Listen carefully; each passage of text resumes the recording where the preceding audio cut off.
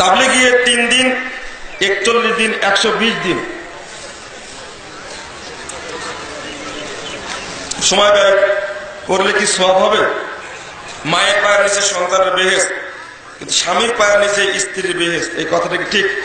মায়ের পায়ের নিচে সন্তানের বেহেশত, এই কথা সঠিক।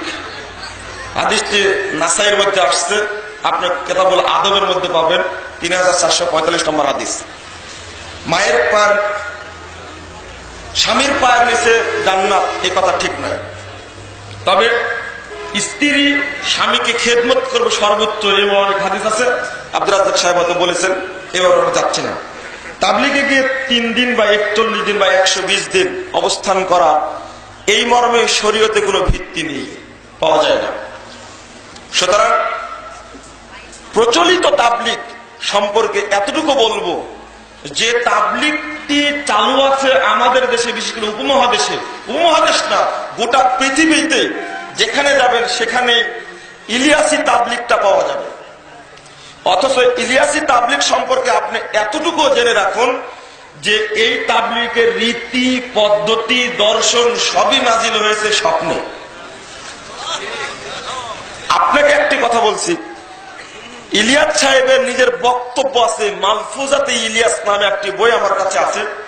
সেই বইটির 51 পৃষ্ঠা খুললে উর্দু বই, মৌলানা মনজুর নোমানী সংকলিত, অসুস্থ থাকা অবস্থায় তার কাছ থেকে এটা সাক্ষাৎকার নিয়েছেন মৌলানা ইলিয়াস সাহেব। এই বইয়ের 51 পৃষ্ঠায় আলোচনা করতে গিয়ে কয়েকটি কথা উল্লেখ করেছেন যে আজকাল মুসপার উলুমে সহিয়া কি ইলকা হতা হয়, আমার উপরে আজকাল সহি এলেম নাজিল হচ্ছে। তাকে কোশিশ করো মুঝে নীंद জিয়াদা আয়ে, তোমরা প্রচেষ্টা চালাও আমার জন্য ঘুম বেশি বেশি হয়। খুশি কি वजह से नींद कम होने लगी, আনন্দের চোটে ঘুমটা কম হচ্ছিল। এই কথা বলার পরে তাকে डॉक्टर और हाकिम साहब की मशवरा से सिर पर तेल मालिश कराए। কবিরাজ আর ডাক্তারের পরামর্শে আমার মাথায় তেল মালিশ করানোর সিদ্ধান্ত নিলাম। তাকে জিয়াদা নীंद में तरक्की हो गई, যার কারণে আমার ঘুম বেশি বেশি হওয়া শুরু হলো। এর পরের কথা হলো আপনি ফরমায়া, তিনি আরো বলেন इस तबलीग का तरीका भी मुझ पर ख्वाब में मुनकाशिफ हुआ है।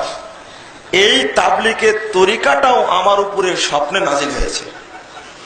আচ্ছা বলুন, পৃথিবীর ইতিহাসের সর্বশ্রেষ্ঠ মুবাল্লিগের নাম কি? মুহাম্মদ সাল্লাল্লাহু আলাইহি ওয়াসাল্লাম।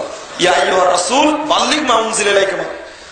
আমি বলছি রাসূলের তরিকাটা থাকতে আপনার উপরে স্বপ্নে কখনো উলুমে সহিয়া নাজিল হবে না, তাবলীগের তরিকাও নাজিল হবে না।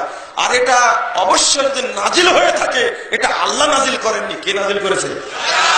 পরিষ্কার কথা।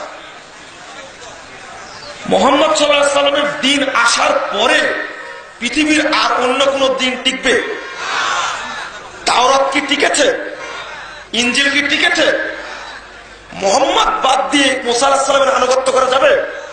202 নম্বর হাদিস খুলুন তারবির মধ্যে, আশ্চর্য। অথচ এই তাবলীগী তরিকাটাই ঠিক নয়। 103 দিন বা 40 দিন বা 120 দিন বা বছর চিল্লা বা জীবন চিল্লা, এটা কোন হাদিস কোরআন দ্বারা প্রমাণিত হয় না। এই অভ্যাস ত্যাগ করতে হবে, টঙ্গীর মাঠে যাওয়া বন্ধ করতে হবে।